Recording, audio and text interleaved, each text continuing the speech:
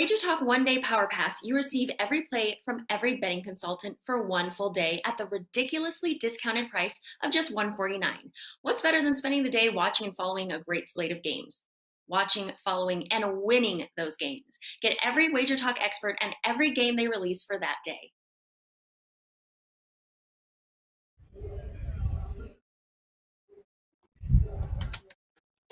Welcome in to First Pitch for Monday, May 24th. I am your host, Drew Martin, joined by Tony Finn and Brian Leonard of WagerTalk.com. Guys, remember, it is $9 Monday. Check it out. All plays discounted to just $9 on Mondays at WagerTalk.com. We are breaking down 4 games. We got best bets at the end, 2 of the best in the business joining me here. Brian Leonard, check him out, experts page at WagerTalk.com. Brian, happy Monday morning to you. Welcome to the show. I appreciate it. Happy Monday morning to everybody. Get another week here to make some money and liking this baseball card for Monday. I'm liking it too. For a short Monday card, a lot popped off the board. And Tony, always interested in your opinions, not only on baseball, but life in general. Welcome in. Happy Monday morning to you. Well, right back at you guys. Ditto. Every day is a good day. You know that when I wake up, it's a good day. Let's get it.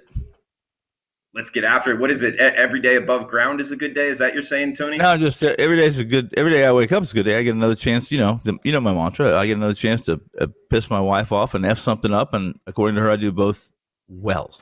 So let's do it. Well, hopefully you break down this Cleveland-Detroit game pretty well here, guys. We're heading to the American League for the first game up. 7:10 Eastern start here, Brian. We got your Cleveland Indians at the Detroit Tigers. We got Turnbull going for the Tigers here, and Henches, the lefty, going for Cleveland. 8.5 being the total. Turnbull minus 128 here. We're seeing the Tigers as favorites. You think that's the right thing to do here, Brian? I'm torn on this game. Cleveland losing Franmil Reyes is a huge blow to this team, and he's going to be out 5 to 7 weeks.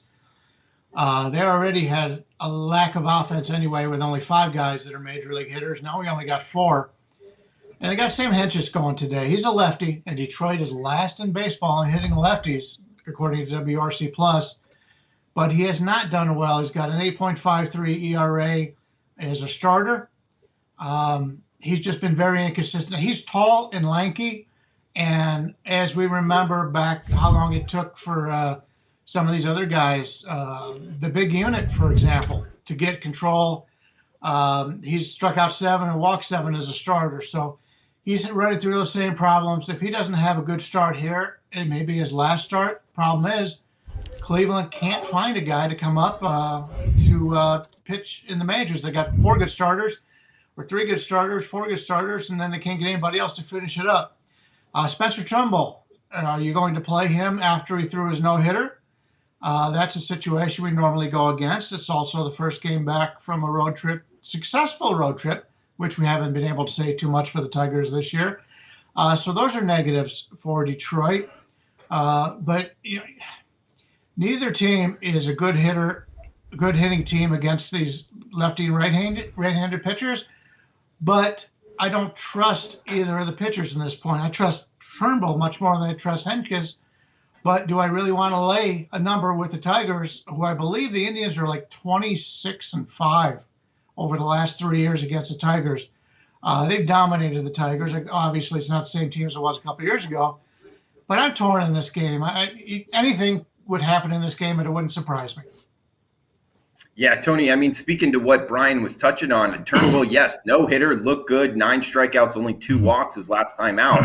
But it was kind of normal rest here, Tony, and he threw 117 pitches. The no-hit fade is something it's had a little success here. That's what point me here towards the Indians, but interested in your take, Tony.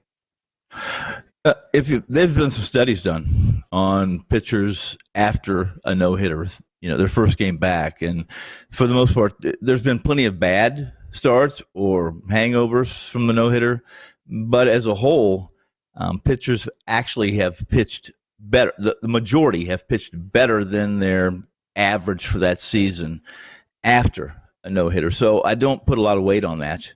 And again, Turnbull, listen, he's also 0-6, 5.18 ERA in 9 career appearances against the Indians, who have hit .325, slugged .482. However, That's not this year's Cleveland team. He has not faced them this year. Opened up 4-game series. Hentges starts the opener for the Indians.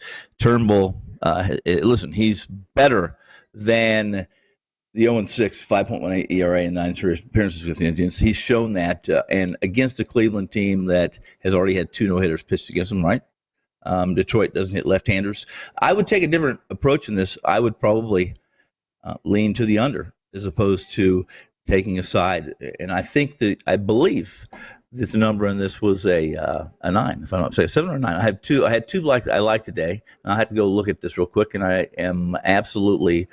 Well, it's back down at 8.5 now, but it was a heavy 9 under. Now you can either get 9 minus 20, or you can get an 8.5 over at minus 25. So again, I would lean under in this game as opposed to picking between Cleveland and Detroit.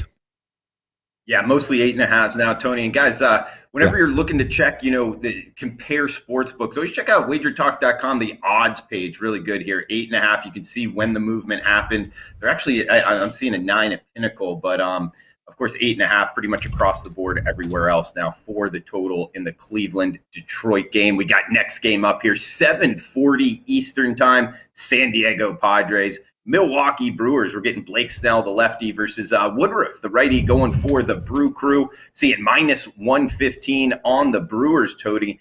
Low total here, 7 now, 7 flat across the board. What are you thinking here? Padres and Brew Crew, 7:40 Eastern, first pitch, Tony. Listen, Snell has had some issues. He's had his 15-minute moments of pain and suffering for his backers and himself this season. He came in a little bit injured, took him a while to warm up. He's coming off his best start, as a Padre at least, in his first outing of at least 6 innings since 2019. Amazing, right?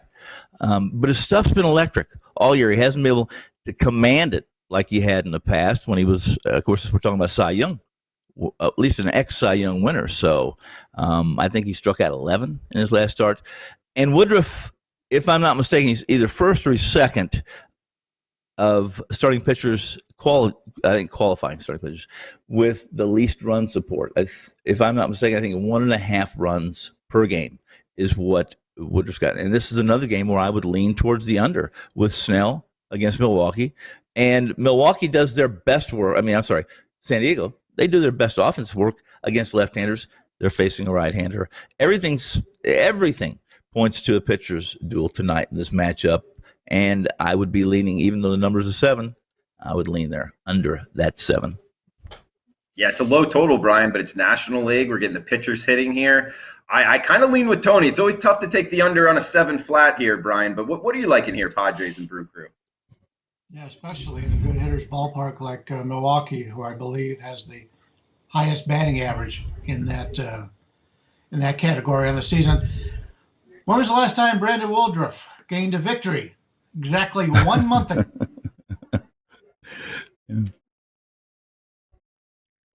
Oh, we got a little technical difficulties there on Brian ends. We'll get his opinion. Actually, Brian, I think we got you back now. You got Padres and Brew Crew here? Yeah. Yeah. Can you hear me now? Yeah, you're good to go. Good. Brandon Woodruff hasn't won a game since a month ago against the Chicago Cubs. It's one of those situations they're not scoring runs for him, and he's not giving up any. A 1.58 ERA on the season. But it's a situation for me that when you take a look at Woodruff, he's been extremely good, but they just don't score any runs for him, as Tony pointed out.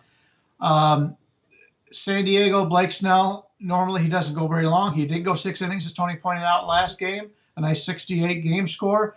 I prefer the Padres here. The Padres are 9-1 their last 10, and one of those games was a loss to Colorado in extra innings. They're playing much better ball right now.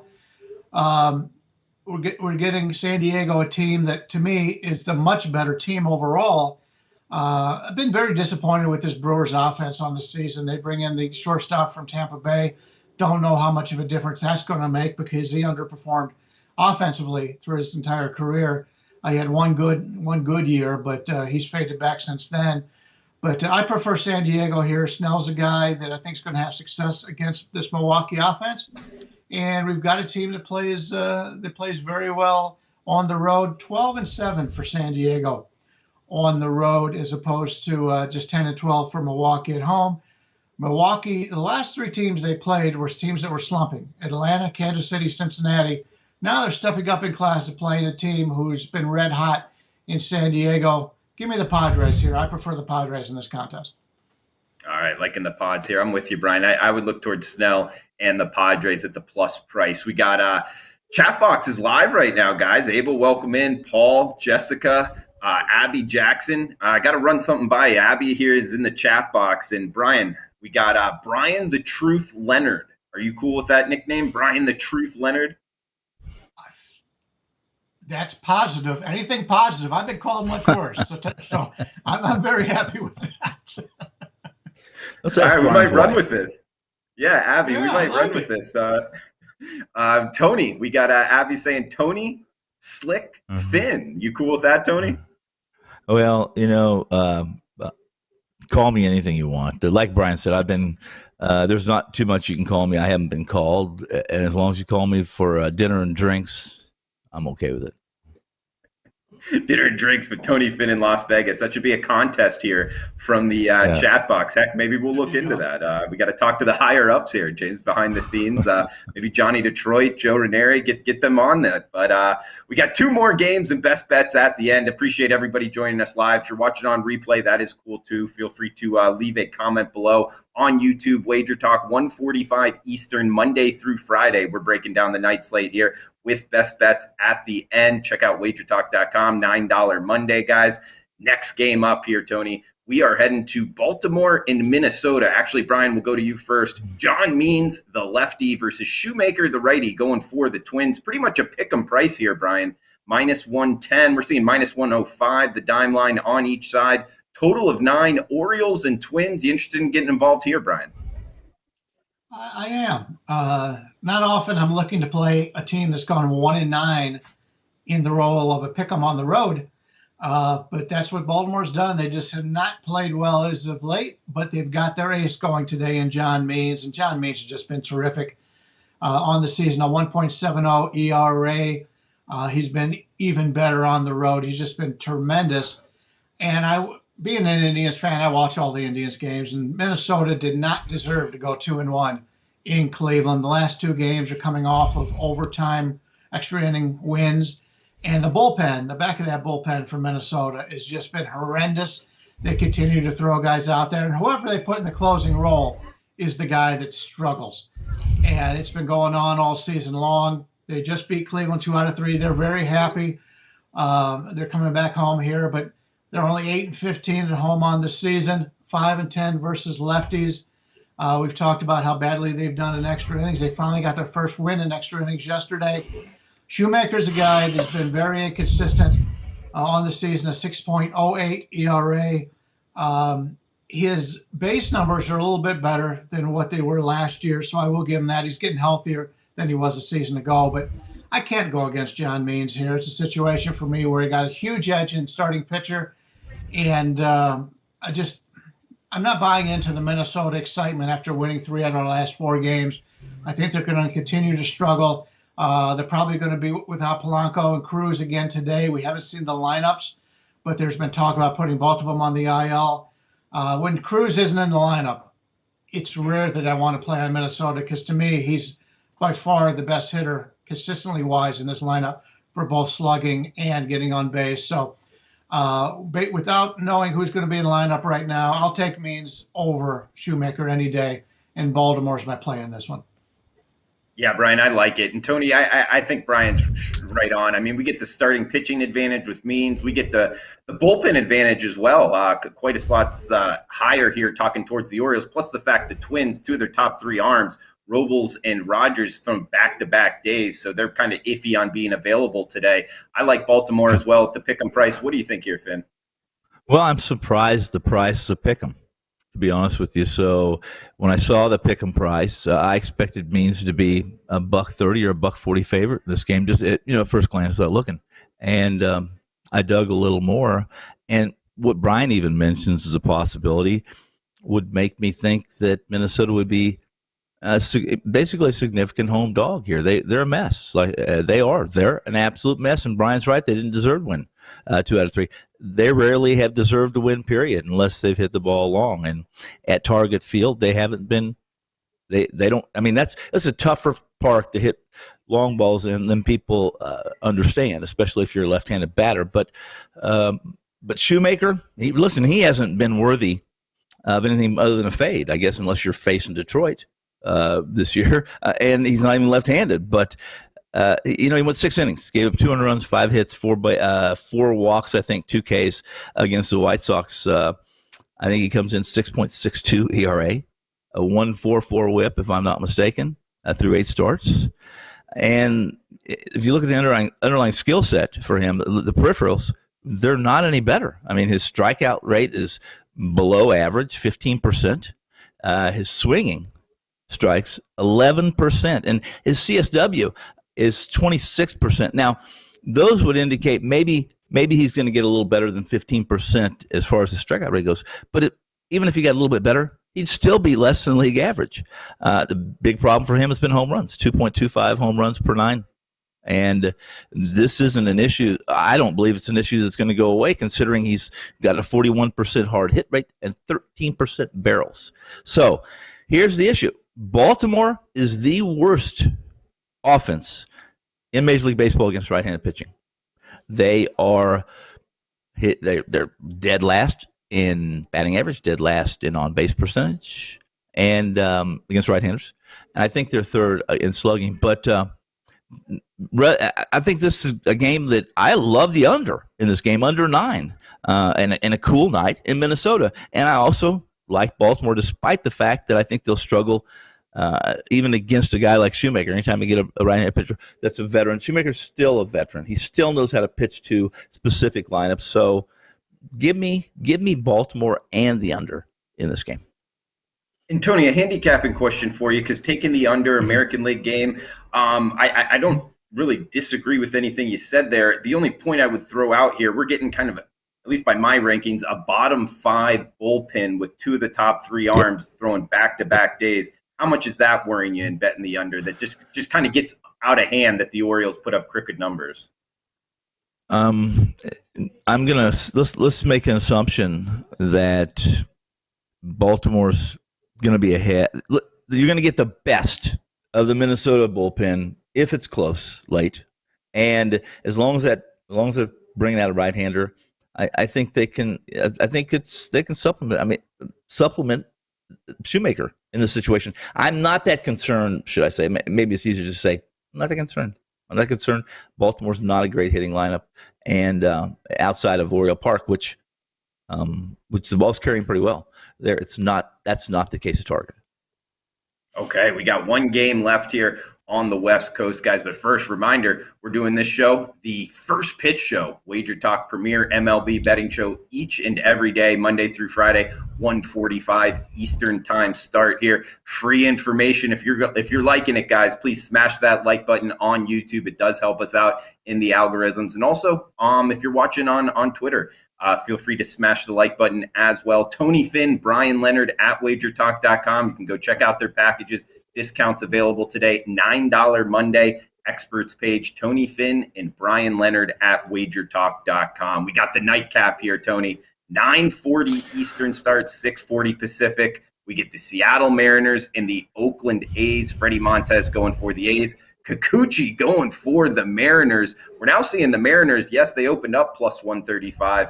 We're seeing them quite a bit higher now, Tony. Plus 150. Looks like Oakland taking some money. 7.5 being the total. I like Kikuchi on the mound. I mean, we've seen his velocity increase this season. It's just the fact that the Mariners losing 6 straight. Kind of worried about that. But looking towards the big dog here, Tony, how do you feel in the nightcap?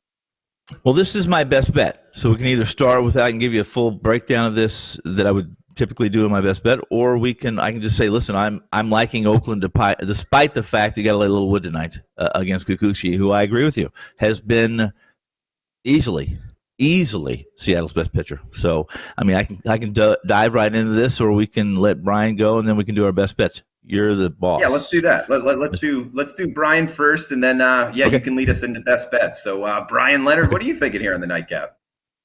I'm leaning Oakland here. Seattle's lost 6 straight games, as you mentioned, scoring in their last 7, 2, 4, 1, 2, 0, 1, 3. They have not pitched, or they have not hit well, and considering 3 of those games were against the Detroit Tigers, is even more of a concern. They are coming back from San Diego, going to Oakland, so that's not too much of a difference in travel. Montas is one of those guys who's been, the last 2 years, he's given up 19 home runs in 100 innings. So that is always a concern. Now, obviously, you're playing in Oakland, not a big home run park there, but a big park nonetheless. But it's more of a pitcher's park. But when I take a look at this game, I much prefer Montas over Kikuchi.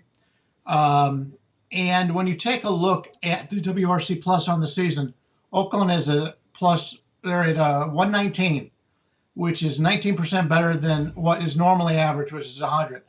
And Seattle is an 86, which is 14 less than what is normal. Although this year hitting is down, so you probably got to look at it maybe a 98 as opposed to 100 for normal. But you got the much better team against the lefty. They've hit regularly against lefties all season long. They're 13-6. We talked about this earlier, how I think they had so many games against left-handers early in the season, and they're 13-6 on the season versus lefties. They hit lefties very well. Seattle doesn't hit righties. Seattle's not hitting right now. I prefer Oakland, but we're getting to the point where I think most of the value is gone.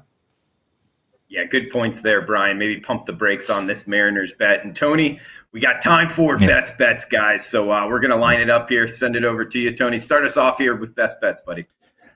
Okay, we'll dive right in. I'm going to tell you right now, I like Oakland here. I like Oakland despite the fact that Montas is susceptible to the long ball.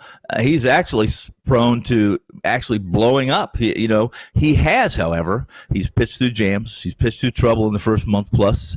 He's allowed 3 runs or fewer in 8 of his 9 starts because he works hard. He does work hard, and he's been fortunate. The Mariners are a bottom 10 overall offense. We talked about Baltimore offense right here as well. Seattle, either side of the play, they're dead last in batting average. 200 is their team batting average this year. Their on-base percentage, dead last, 279. And they have the 3rd worst slugging percentages, mid-300s. At home, guys at home, they're hitting 178. If they were at home, 178 with an on-base percentage of 271. It's absolutely historic. That's a historic numbers for this time in May, almost 2 months into the season. Kikuchi, listen, if he doesn't have his cutter working, and in last game, his cutter was not perfect, although he's been pretty good. Again, he's been Seattle's best pitcher. He has a changeup that is an emerging weapon. However, it doesn't work if his cutter's not working, and that's the problem with him. Here's the deal. He's been able to navigate 6 innings for the 4th straight time, last time out, and 7 and 8 times this year.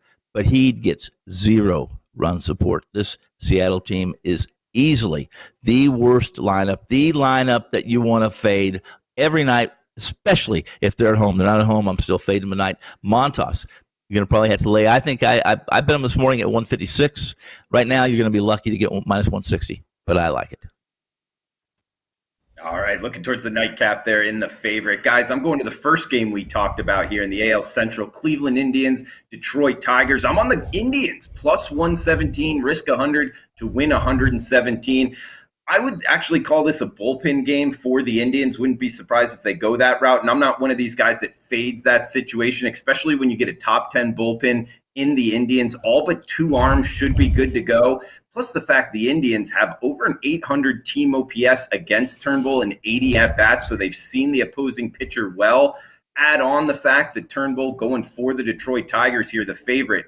He's a no-hit fade last time out, 9 innings. Yes, no hits given up. He had 9 Ks and 2 walks. But the fact is he threw 117 pitches and only 5 days rest, so regular rest here, and he's turning it over to the worst bullpen by my numbers in MLB. I'll take the better bullpen. And the Cleveland Indians at the plus price, plus 117 with the the good numbers off of the opposing pitcher here. So Indians plus price for me. Brian, finish us off for best bets, Bryan Leonard. I'll lay the small amount here on the Miami Marlins at home. I think it's a nice bargain with Trevor Rogers against Zach Eflin. I've been fading Eflin all season long. All of his pitches for velocity-wise are 1 to 2 miles an hour worse than they were last year. You take a look at his advanced stats, he's due for regression, and I've been riding on that. Trevor Rogers, the opposite. All of his pitches are 1 to 2 miles an hour faster this year. He's just been tremendous so far this season. You're getting Miami pitching at home, and as good as Rogers has been, most of his starts have been on the road in hitters' ballparks. Philadelphia, Arizona, Washington, Milwaukee, Atlanta, and he's done very well. That tells me we've got a big advantage from the pitcher standpoint here in Trevor Rogers. And as good as Philadelphia got the start of the season, they only got a half a game lead now in the standings on the Miami Marlins. Here, look out! Here come the Marlins, man! And they're a team that I'm looking to back. Philadelphia 8-14 on the road, 2-6 run overall.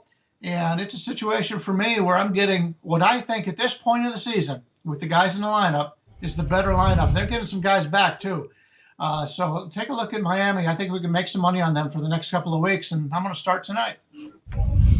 Watch out for the Marlins. Bryan the Truth Leonard going with the fish and that pitching staff there with Trevor Rogers and company. So guys, hopefully you enjoyed the content here. We'll be back tomorrow, same time, same place.